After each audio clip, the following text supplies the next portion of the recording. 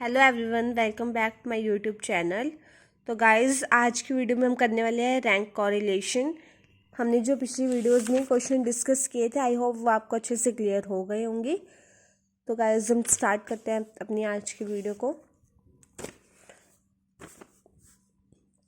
पहले हम ये क्वेश्चन की स्टेटमेंट लिख लेते हैं। जो हमें एक्स दिया हुआ है हम वो लिख लेते हैं,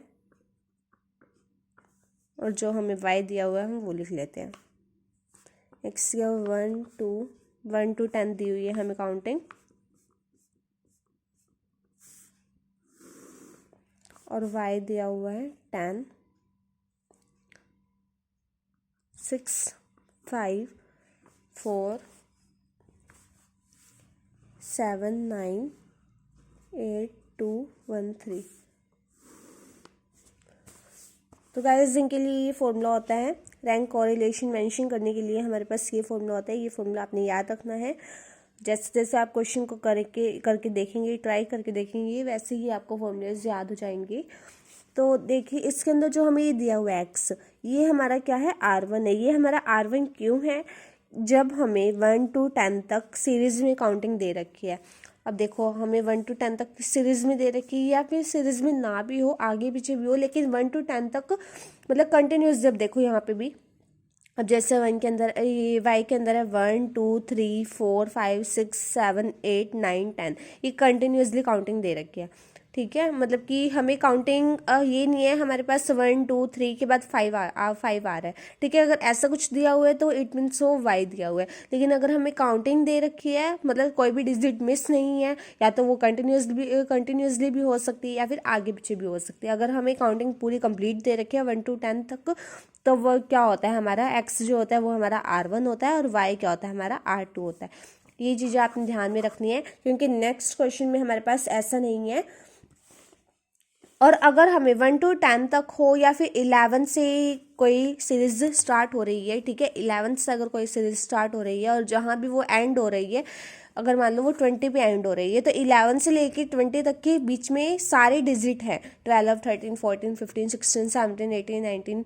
ठीक है, अगर ये सारे डिजिट कंप्लीट होते हैं तब भी वो हमारा क्या होगा, R1 या R2 होगा। अगर मान लो ये दे रखे 11 12 13, ठीक है, बीच में हमें कोई 15 दे रखे, या फिर आगे पीछे भी है काउंटिंग, तब हमारा वो R2 नहीं होगा या R1 नहीं होगा। ठीक है, तब हमारा वो नॉर्मल Y होगा। तब हमने R1 और R2 बनाना है। ठीक है, तब हमने R1 और R2 को बनाना है। लेकिन जब हमें ऐसा कुछ दे रखा है, हमें सिंपल काउंटिंग दे रखी है, या हमारी काउंटिंग कंप्लीट हो रही है, बीच के सभी डिजिट्स कंप्लीट हो रहे हैं, तब हमारा वो क्या हो जाएगा, R1 और R2 हो जाएगा। तो देखिए, अगर हमें ये चीज़ें मेंशन की होती हैं, अगर हमारे पास X और Y होता है, तब तो हमारे लिए बहुत ज़्यादा ईजी हो जाता है। तब हमें कुछ भी बनाने की ज़रूरत नहीं है। नॉर्मल हमने D निकालना है और D² निकालना है फॉर्मूले के अकॉर्डिंगली। ठीक है, फॉर्मूला पहले हम लिख लेते हैं। हमारा फॉर्मूला क्या होता है, रैंक ऑफ कॉरिलेशन का 1 - 6 समेशन D² अपॉन में N³ - N। तो देखिए, हमने क्या निकालना है, D निकालना है। N तो हमें पता ही है कितना होगा, और कितना होगा, N हमारा होगा 10। ठीक है, नंबर ऑफ टर्म्स। और हमें D निकालने के लिए पहले हमें D² निकालना है, तो पहले हम D निकालेंगे तभी हमारा D² निकलेगा। तो D निकालने के लिए हमारे पास क्या होता है, R1 - R2, ये हमारा होता है D। और D² हम इसका स्क्वायर कर देंगे। ठीक है, R1 - R2 1 - 10 माइनस का 9, 2 - 6 माइनस का 4, 3 - 5 माइनस का 2, 4 - 4 0, 5 - 7 2। ठीक है, 6 - 9 माइनस का 3, 7 - 8 माइनस का 1, 8 - 2 6, 9 - 1 8, 10 - 3 7।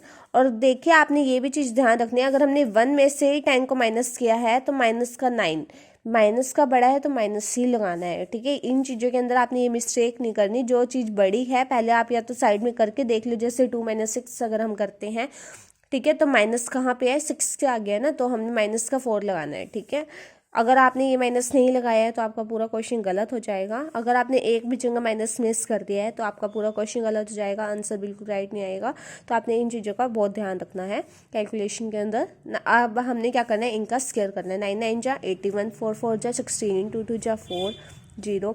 अब देखिए, पहले हम जब हम -9 और -9 का स्क्वायर करेंगे तब वो क्या हो जाएगा, प्लस हो जाएगा। तो जब भी कोई वैल्यू को माइनस का जब भी स्क्वायर होता है तब वो क्या हो जाती है, पॉजिटिव वैल्यू हो जाती है। 2 2 जा 4, 3 3 जा 9, 1 36, 8 8 जा 64, 7 7 जा 49। अब हमने क्या करना है, इसका समेशन करना है। समेशन ऑफ डी स्क्वायर हमारे पास क्या आ जाएगा, 264। ठीक है, यही चीज़ चाहिए हुई थी हमें। फिर हमने क्या करना है, बस नॉर्मली हमने वैल्यू पुट करनी है। 264 आ जाएगा, यहाँ पे क्या आ जाएगा हमारा 10³ - 10। 1 माइनस 264 को अगर हम 6 से मल्टीप्लाई करेंगे तो हमारे क्या आ जाएगा, 1584 अपॉन में ये क्या आ जाएगा, 990। ठीक है, फिर हम एलसीएम ले लेंगे, 990 माइनस 1584 अपॉन में 990।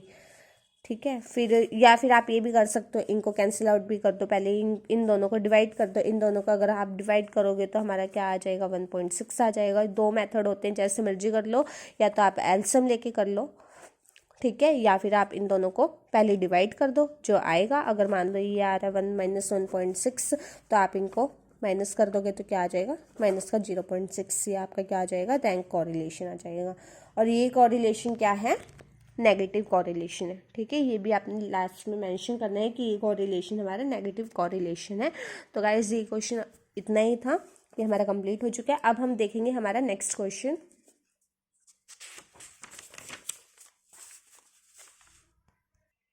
अब देखिए नेक्स्ट क्वेश्चन में हमारे पास कहाँ से डिजिट स्टार्ट हो रही है। मिनिमम नंबर क्या है हमारे पास, 9। 9 के बाद 10, 10 के बाद 11, 12, 13, 14, 15, 16, 17, 18। ये तो हमारा हमें पता लग रहा है कि हमारी काउंटिंग बन रही है। ठीक है, लेकिन हम नेक्स्ट भी देख लेते हैं। अब नेक्स्ट क्या है, 2 मिनिमम नंबर है ना, 2, 3, 4, फिर 5, 6, 7, अब 8 नहीं है हमारे पास। डैट मीन ये क्या है हमारा, हमें R1 और R2 सीरीज नहीं दे रखी। ठीक है, तो हमने R1 और R2 सीरीज को बनाना है। अगर हमारे पास एक भी, अगर मान लो Y के अंदर भी हमारे पास कोई डिजिट मैच नहीं हो रही है, डज नॉट मैच, ठीक है, और अगर X के अंदर मैच होती है तब भी हमारे पास हमें क्या दिया हुआ है, हमें R1 और R2 नहीं दिया हुआ, नो। ठीक है, R1 और R2 नहीं दिया हुआ, हमें क्या दिया हुआ है, X और Y सीरीज दे रखी है। हमने R1 और R2 हमने बनाने हैं, we make R1 and R2। ठीक है, तो गाइज हम स्टार्ट करते हैं इस क्वेश्चन को। इससे आपको अच्छे से क्लियर हो जाएगा कि हमने, हमारा जो मेन क्वेश्चन है वो यही क्वेश्चन है कि हमने R1 और R2 को कैसे अप्लाई करना है, कैसे बनाना है। क्योंकि फर्स्ट क्वेश्चन में तो हमें R1 और R2 दिया हुआ था, वो तो हमने बना बनाया ही खाया है। ठीक है, लेकिन अब हमें पकाना है, अब हम खुद पकाएंगे। तो हमने बनाना है कि हमने R1 और R2 कैसे बनाना है। तो ये आप प्लीज़ ध्यान से देखिएगा क्वेश्चन को, और ये साथ साथ में करके देखिए क्वेश्चंस, जिससे आपके हर एक डाउट क्लियर होते रहे।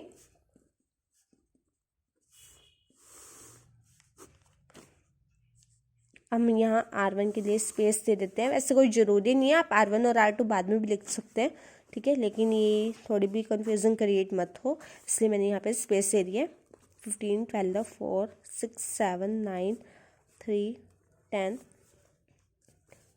2, 5, यहाँ पे R2, फिर हम जो D निकालेंगे R1 माइनस R2। ठीक है, फिर हम निकालेंगे D स्क्वायर। अब हमने निकालना है पहले R1, तो हम क्या करते हैं, या तो हम असेंडिंग ले लेते हैं या हम डिसेंडिंग ले लेते हैं। हम ले लेते हैं सबसे छोटी डिजिट से हम स्टार्ट करते हैं। अगर आपने बड़ी डिजिट से स्टार्ट किया है तो आप क्या मानेंगे, 18 को, 18 हमारी पूरी डिजिट के अंदर सबसे बिगेस्ट नंबर है, तो आपने 18 को 1 लेना है, फिर उससे छोटे को हमने 2 लेना है, उससे छोटे को 3 लेना है। ठीक है, लेकिन मैं सबसे छोटी डिजिट को लेके चल रही हूँ। ठीक है, मैं यहाँ पे 9 को लेके चलती हूँ। 9 को मैंने ले लिया 1, 9 के बाद क्या आता है 10, 2, 11, 3, 12, 4, 13, 5, 14, 6, 15, 7, 16, 8, 17, 9 और 18 के आगे 10। ठीक है, हमने सबसे छोटे डिजिट के आगे लेना है। फिर हम यहाँ पे ले लेते हैं हमारा सबसे स्मॉलेस्ट डिजिट नंबर कौन सा है, 2 है। हम 2 के आगे ले लेते हैं हमारा 1, 3 के आगे 2, 3 के बाद 4, 3, 4 के बाद हमारा 5, 4 और 6 के आगे, 5 के बाद हमारा आता है 6, 6 के आगे हम लिख देंगे 5, आगे आता है हमारा 7 के आगे हम 6 लिख लेंगे। आगे है 7 के बाद 8 तो है नहीं, 8 के बाद 7 आगे, 8 के बाद क्या आता है हमारा 9, 9 के आगे हम लिख लेंगे 7, 10 के आगे हम लिख लेंगे 8। ठीक है। आगे हमारा आता है 12 के आगे हम लिख लेंगे 9 और आगे आता है हमारा 15 के आगे 10। ठीक है, ये हमने क्या करना था, हमने अपनी काउंटिंग कंप्लीट करनी होती है, हमने सीरीज़ में नंबर लेने हैं। जब तक हमारे सीरीज़ में काउंटिंग नहीं होगी तब तक हमारा R1 और R2 नहीं होगा। ठीक है, अब हमारे R1 और R2 आ गए हैं। अब हमने क्या निकालना है, डे निकालना है। ठीक है, हमने ये क्यों किया है, क्योंकि हमारे पास सीरीज़ में काउंटिंग नहीं थी, हमारे पास आगे पीछे काउंटिंग थी। तब हमने इसको सीरीज़ में लेके आने के लिए हमने क्या कर दिया, 1 2 3 इससे नंबर दे दिए हमने असेंडिंग या डिसेंडिंग के अकॉर्डिंग। ठीक है, फिर हमारे पास ये काउंटिंग कंप्लीट हो गई है। अब हमने क्या करना है, R1 और R2 को सब्ट्रैक्ट करना है, जिससे हमारा डी निकल आएगा। 7 - 10 माइनस का 3, 9 - 9 0। इन दोनों को सब्ट्रैक्ट करना है हमने। ठीक है, 6 - 3 3, 5 - 5 0, 3 - 6 माइनस का 3, 4 - 7 माइनस का 3, 8 - 2 6, 10 - 8 2, 2 - 1 1, 1 - 4 माइनस का 3। ठीक है, अब हमने इसका स्क्वायर करना है। 3 3 जा 9 0 9 0 9 9 36 4 1 9। ठीक है, अब हमने क्या करना है, summation of day square. Same formula है आर के 1 - 6 समेशन डी स्क्वायर अपॉन में NQ - N। N हमारा क्या आएगा, बिगेस्ट नंबर हमारा क्या है, 10 है, तो हमारा N भी क्या आ जाएगा, 10 आ जाएगा। या फिर इनके काउंट करके देख लो, आपको पता लग जाएगा कि ये 10 ही है। 1 2 3 4 5 6 7 8 9 10। ठीक है, 10 डिजिट्स हैं, तो N हमारा क्या आ जाएगा, 10 आ जाएगा। समेशन ऑफ डी स्क्वायर हमारा आ जाएगा 86।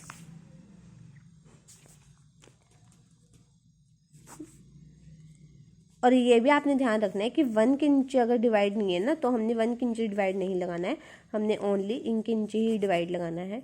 ठीक है, N³ 10³ - 10। ठीक है, ये आ जाएगा 516 अपॉन में हमारे पास क्या आ जाएगा, 1000 - 10 990। ठीक है, फिर हम इन दोनों को डिवाइड कर देंगे, 1 - 0.52, फिर आ जाएगा 0.48। ये हमारा क्या है, पॉजिटिव कॉरिलेशन है।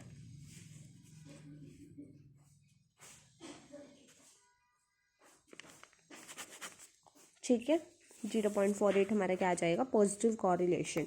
तो इससे रिलेटेड जितने भी क्वेश्चंस हैं वो आप करके देखिएगा, खुद से ट्राई कीजिए, आपको अच्छे से पता लग जाएगा कि हमने क्या कुछ करना है इस क्वेश्चंस के अंदर। अब जैसे ये वाला क्वेश्चन है, अब इसके आगे जो ये वाला क्वेश्चन है ना, जो जिसके अंदर ये वाला फॉर्मूला अप्लाई होगा, ये मैं आपको नेक्स्ट वीडियो के अंदर करवाऊंगी, क्योंकि ये थोड़ा सा लॉन्ग है। जब आप पहले ये वाले 2 क्वेश्चन कर चुके होंगे तो आपको अच्छे से ये वाला भी क्लियर हो जाएगा कि हमने क्या स्टेप फॉलो करने हैं। तो इसलिए पहले हम जो छोटे छोटे क्वेश्चन हैं हमारे, पहले हम वो कंप्लीट कर लेते हैं। अब जैसे हमारे पास ये दिया हुआ है, x तथा y के बीच श्रेणी अंतर सहसंबंध गुणांक जो है वो हमारा 0.143 है, यानी कि श्रेणी अंतर सहसंबंध गुणांक, यानी कि हमें रैंक ऑफ कोरिलेशन दिया हुआ है, हमें आर के हमारा दिया हुआ है 0.143। यदि श्रेणी अंतरों के वर्गों का योग 48 है, यानी कि श्रेणी अंतरों के वर्गों का योग, यानी कि जो हम समेशन ऑफ डी स्क्वायर निकालते होते हैं, वो अगर हमारे पास 48 है तो n का मूल्य हमने बताना है, यानी कि हमारे पास नंबर ऑफ आइटम्स कितनी होंगी, हमने n फाइंड आउट करना है। तब हम क्या करेंगे, सेम फॉर्मूला ही है, हम रैंक ऑफ कोरिलेशन का जो फॉर्मूला है वो पहले हम अप्लाई करेंगे, उसके अंदर जो भी हमें वैल्यूज गिवन है पहले हम वो पुट कर देंगे। फिर हमने क्या करना है, NQ - N, ये सब चीज़ें बचती हैं ना हमारे पास। तब हम क्या करेंगे, पहले जो ये पॉजिटिव का 1 है ये इधर ले आएंगे, नेगेटिव का 1 हो जाएगा।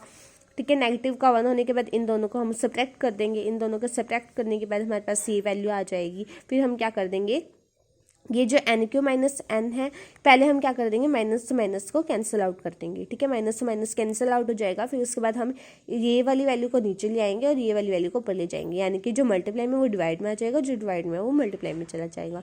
ठीक है, तो NQ - N हमारे पास ऊपर चला जाएगा और 0.857 हमारे पास नीचे आ जाएगा, क्योंकि और माइनस से माइनस तो कैंसिल हो गए हैं, तो ये पॉजिटिव की वैल्यू ही रहेगी।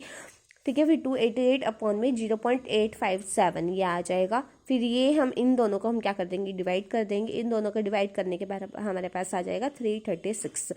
फिर हमने क्या ले लिया, इनमें से n कॉमन ले लिया। n कॉमन लेने के बाद हमने n² - 1 लगा दिया इक्वल्स टू में। ये देखिए, ये वाला स्टेप मैं आपको बता देती हूँ कि हमने कैसे किया है। हमारे पास ये वैल्यू थी ना, NQ - N इक्वल्स टू में 336। हमने क्या ले लिया, n को कॉमन ले लिया। n को कॉमन लेने के बाद हमारे पास यहाँ पे n² बचा, माइनस में 1 बचा, 336। अब हमने क्या कर दिया, n तो बाहर पड़ा है, ये होता है a² माइनस b² का फॉर्मूला होता है a minus B a plus B. ये यहाँ पे आएगी वैल्यू, यानी कि ऐसे है ये a minus B a plus B. ठीक है, ये वाली वैल्यू होती है। तो हम इसको क्या लिख सकते हैं, n माइनस 1 n प्लस 1। हम इस वैल्यू को ये भी लिख सकते हैं। ये हमारे पास क्या होता है, फॉर्मूला होता है। अब हम 336 को भी हमने ऐसे ही डिवाइड कर दिया।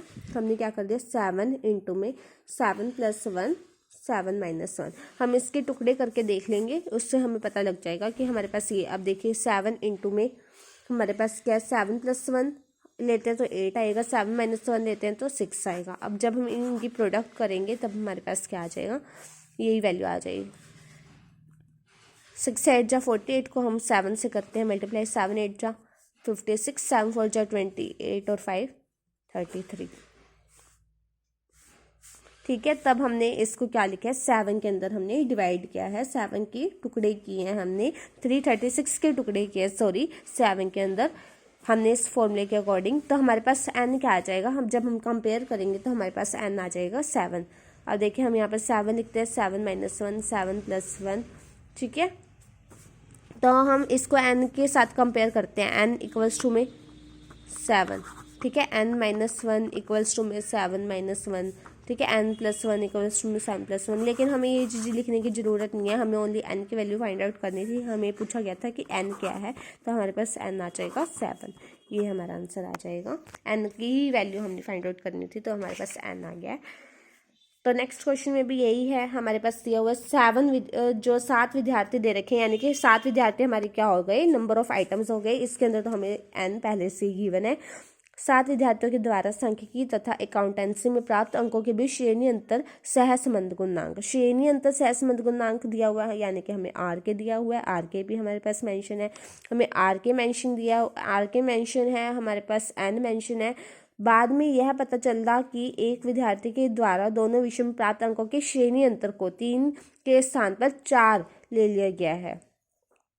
ठीक है, ये सही आर के ज्ञात कीजिए, यानी कि मतलब हमने बाद में चेंजेस करने हैं कि उसके प्लेस पे हमने वो ले लिया है, तो हमने आर के बताना है कि हमारे पास सही आर के क्या होगा, रैंक ऑफ कोरिलेशन क्या होगा। पहले हम पुट कर देंगे आर के अंदर, आर के हमें मेंशन है। ठीक है, एन मेंशन है हमारे पास। समेशन ऑफ डी स्क्वायर अब की बार हमें नहीं दे रखा, समेशन ऑफ डी स्क्वायर को हमने एज इट इज लेना है।